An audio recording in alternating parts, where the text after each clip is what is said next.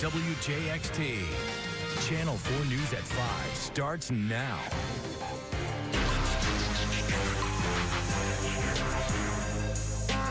Loud music similar to this. That's what prosecutors say led to the deadly shooting of this Wolfson High School student. Monday, 2 versions of that night 14 months ago will be laid out in the murder trial of Michael Dunn. Dunn says he saw a gun the night he shot and killed 17-year-old Jordan Davis and says he acted in self-defense. But prosecutors say Dunn murdered Davis. Today, court and police officials began taking names for a lottery for the few seats in the courtroom that will be available to the public. One of those who would like to be there is the head of a group called Save Our Sons. He says this trial can be a learning experience for other young black males. Channel 4's Jim Piggott talked to the leader of that group and others who hope to attend the trial. He's joining us now live from the courthouse. Jim, any word how many people applied today? Well, what we're told is about 30 people signed up for that lottery today. They're hoping to get seats inside the courtroom here when these opening statements begin sometime next week. Now, jury selection starts on Monday, and nobody's allowed inside for that. Even the media's only been given an audio line or an audio feed that will come out for that. Still, in talking to people about this case, they tell me it's important to be here. As people filled out forms today, hoping to get a seat next week to watch the start of the Michael Dunn trial, many tell us they're doing it because they think this will be an historic trial. If the world's watching and I live here, surely I'm watching and I want to be involved, so I'd like to hear the process. This man, Dr. John Gunn, says he wants to attend not for himself, but to send a message to the public and to young boys and fathers that he mentors. Pastor Gunn heads up the group Save Our Sons and believes this trial will be a lesson we can all learn from. I think, one, that we have to be careful about how we perceive each other. I think sometimes these kinds of moments in our history is a statement of perception. It's also a statement of deep-seated values that we have to expose, and then as a community, as a city, as a nation, begin to work so that this does not continue to happen. The Dunn trial is expected to raise many racial issues, and observers say it will question stereotypes about loud rap music, groups of teenagers, and fears it raises in some people. Pastor Gunn says that is something we all have to learn to deal with. Because at the end of the day, we cannot keep living in the perception that someone is a threat to me just because they dress a certain way or they listen to a certain type of music. And in the end, we must all learn to regard, to respect, and to relate to each other in a healthy and functional way. A lot of attention is going to be paid to this trial, and there could be a lot of people down here. But I want to kind of get back to that selection process again. They're doing that at the Prime Osborne Convention Center. You can go down there, sign up, and they're going to let you know the day before or the evening before the trial if you could actually get in. But again, that's not going to happen until the physical trial gets underway. For now, we're live at the courthouse. Jim Piggott, Channel 4, the local station. Jim, this trial has the potential to stir many strong feelings in the community. What is the sheriff's office telling you about any potential problems? Well, what they're saying is that they're standing by. They're going to be here. They're going to have a lot of security around here. That's what they're basically saying about that. But in talking to people, they're not sure what's going to happen because they're not sure how this verdict, or they're pretty sure, at least some of the people I've talked to, what they think this verdict will turn out to be. But they're just going to take that wait-and-see approach. They don't think there's going to be much violence, if any at all. Jim Piggott reporting to us live from the courthouse. Call it a super scare. The FBI and other law enforcement are investigating white powder mailed to businesses near the site of Sunday's Super Bowl. Kent Justice is joining us now with more on this developing story. Kent? Well, Mary, 5 letters went to hotels in New Jersey, and 1 went to a former New York City mayor's office. All these letters appear to be harmless at this point. Federal law enforcement officials is saying that they've tested at least one of the letters, and what they found was just baking soda. New York City police likewise say preliminary tests for them show no threat is posed by white powder that's been found in a letter at former Mayor Rudolph Giuliani's Manhattan company. The scares come amid tight security before Sunday's big game. It just adds to what is going on with this Super Bowl.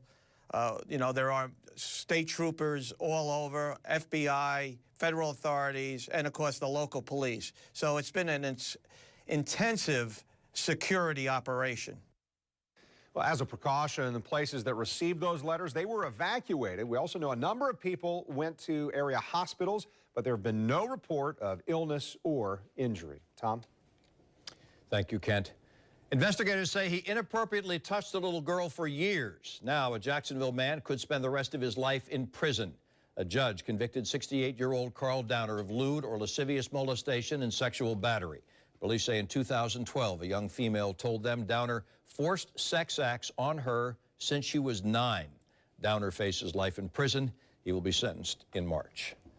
She failed to show up this morning to be sentenced in her daughter's death. The judge issued a warrant for the woman's arrest and revoked her bond, but then a change of heart. The state attorney's office says Tara Carter was late. She pleaded guilty to child neglect in the 2011 death of her 4-month-old daughter. Investigators say she removed the baby's oxygen tube and now faces a maximum of 15 years in prison. Channel 4's Kumasi Aaron joins us live with more on what's next for Carter. Kumasi?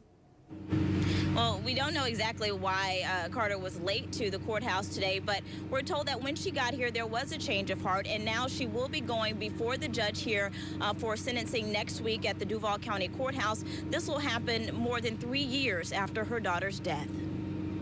I don't have anything. That was Tara Carter in 2011, just days after her 4-month-old daughter, Sandra, died. Investigators say the premature baby didn't have enough oxygen. Carter said she removed the mask to give Sandra a bath, something doctors told her was okay. But doctors told the Department of Children and Families the mask should have never been taken off. I was giving her CPR right there. Giving her CPR, looking for my phone. Months later, prosecutors charged Carter with manslaughter. She pleaded guilty to a lesser charge, child neglect with great bodily harm. She was supposed to be sentenced Friday morning, but wasn't there, something Professor Rod Sullivan at Florida Coastal School of Law says has consequences. In Florida, failure to appear at a sentencing for a felony is a very serious matter because it's another felony, and it can be an additional 5 years on your prison sentence. But the state attorney's office says Carter eventually showed up, and the court decided to recall the warrant and restore her bond. Although this turned out not to be a case of fleeing, Sullivan says it's always a risk. Anytime anybody is facing a serious criminal sentence like this, you have to wonder whether or not they're going to flee rather than face the charges.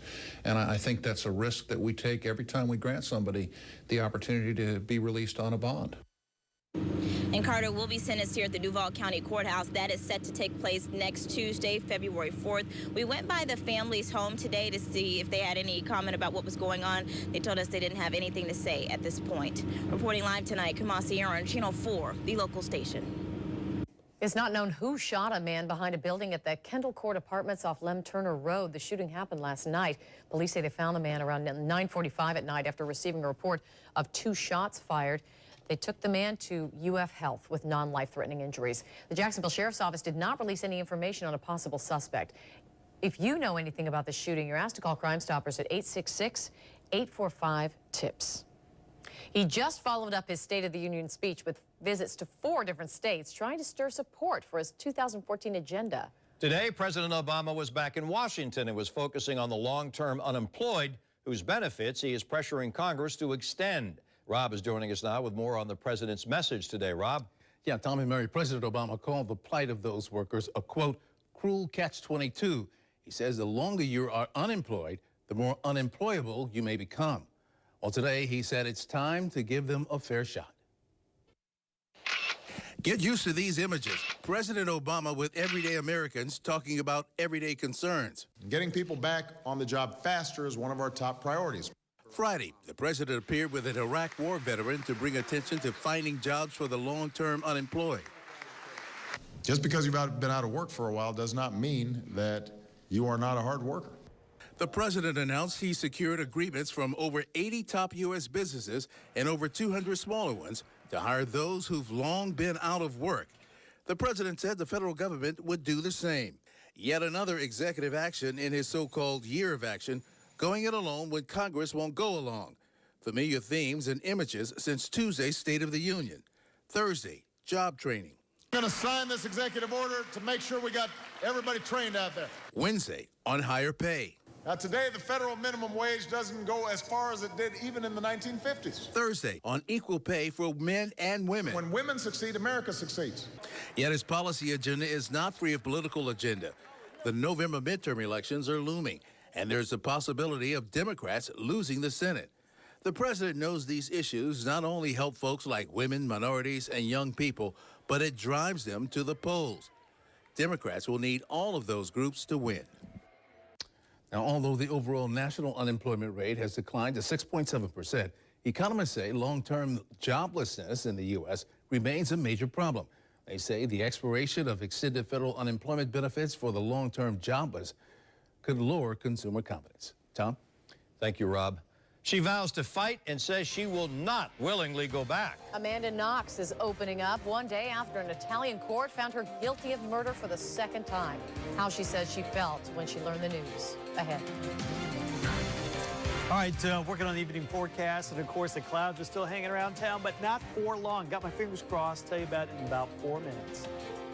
Construction workers are breaking ground on a brand new country club here in Atlantic Beach.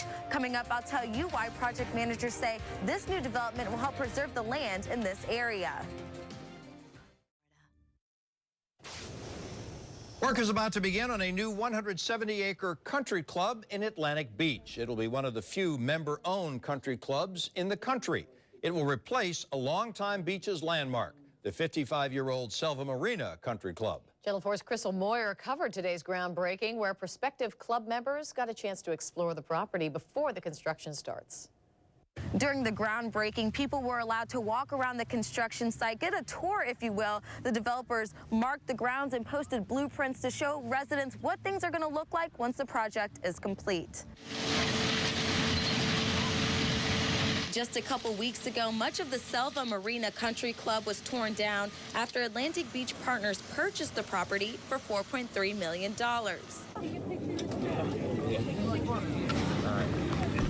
With the scoop of the shovel, new construction has begun on the Atlantic Beach Country Club. We're really looking forward to it.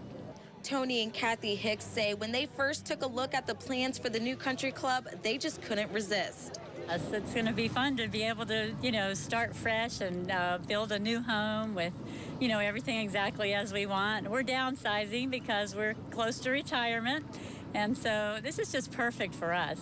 178 new homes will be built. The golf course will get a facelift, and a new clubhouse with a junior Olympic-sized pool and several tennis courts will be added.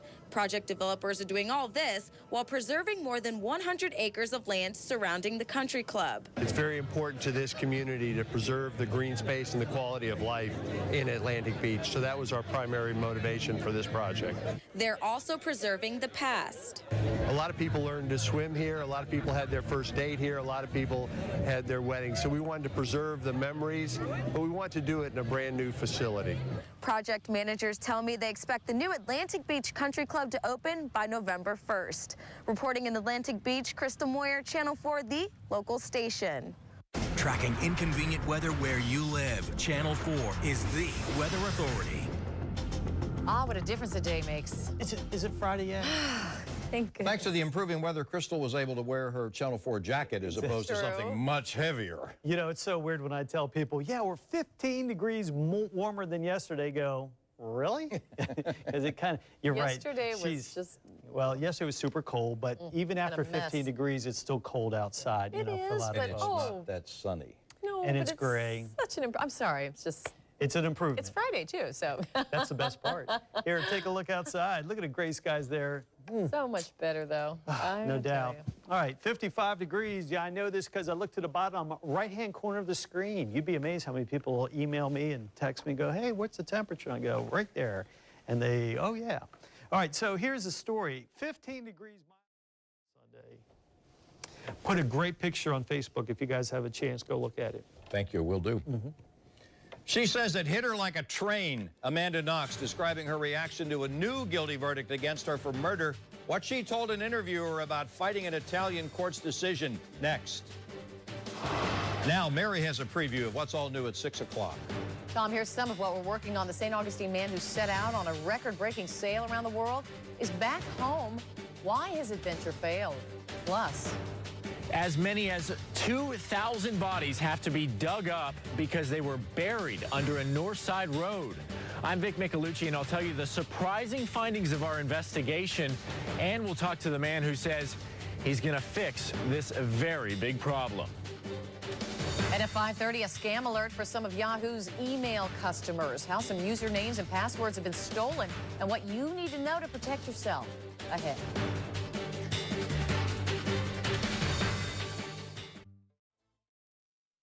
She says she couldn't believe what she was hearing. An emotional Amanda Knox says she will fight her second guilty verdict for the murder of her roommate. Knox was interviewed on Good Morning America. She said an Italian appeals court decision to sentence her to 28 years in prison, quote, hit her like a train. She says she doesn't understand how the court could convict her after she was found innocent back in 2011. Knox also says she will never voluntarily return to Italy. Finally, I'm going through waves of emotion as in response to it. My first reaction was, no, this is wrong, and I'm going to do everything I can to prove that it is. And I felt very determined, and my family felt very determined. But it was only on my way here that I really got my first cry. Yeah, I will never go willingly back to the place where I'm going to fight this until the very end. And it's not right, and it's not fair, and I'm going to do everything I can.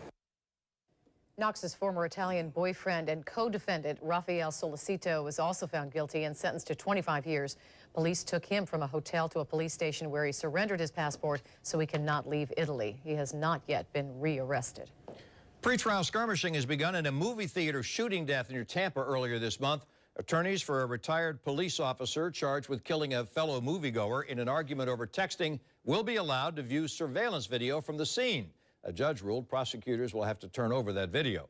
Also, this image of the accused killer, Curtis Reeves, won't be seen again. His attorneys say it is prejudicial against their client. The judge granted their motion to let Reeves dress in plain civilian clothing during his bond hearing next Wednesday. Prosecutors say Reeves gunned down 43-year-old Chad Olson as the two argued over texting before a movie January 13th.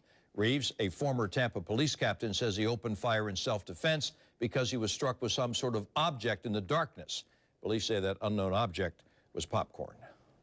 He's a high school football phenomenon defying all possible odds. Because there is a lot more to this kicker than his winning field goals. The young man's inspiring story next. A high school football kicker in Rhode Island is overcoming amazing odds. He is on a mission to someday kick in the NFL. Meet Isaac Lufkin. The 14-year-old has no arms, but what he does with his legs helped him score during his team's undefeated season and win a freshman football state title.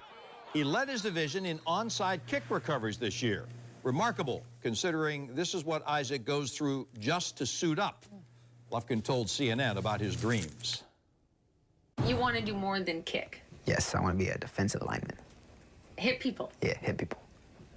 They can't grab my arms, they can't grab my jersey. The only thing they can do is actually block, but I can still crawl under them, and then it's not like they can sit on me. They gotta let me through.